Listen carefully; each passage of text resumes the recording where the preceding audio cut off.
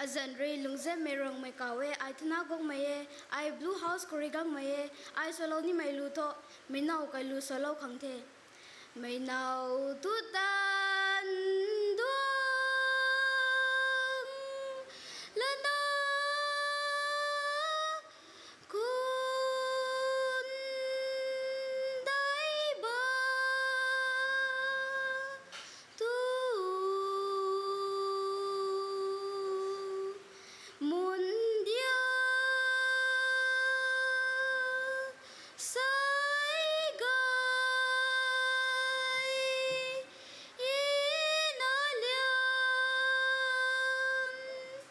sin la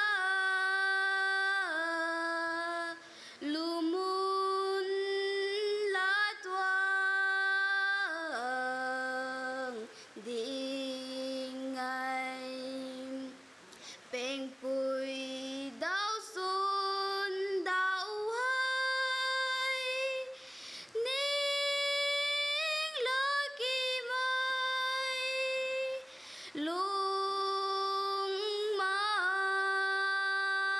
tình than gai nung rồi ngào cung sâu riêu đi go đâu thương cô thế. Thank you, Miss LUNGJIANMEI. That was from Blue House.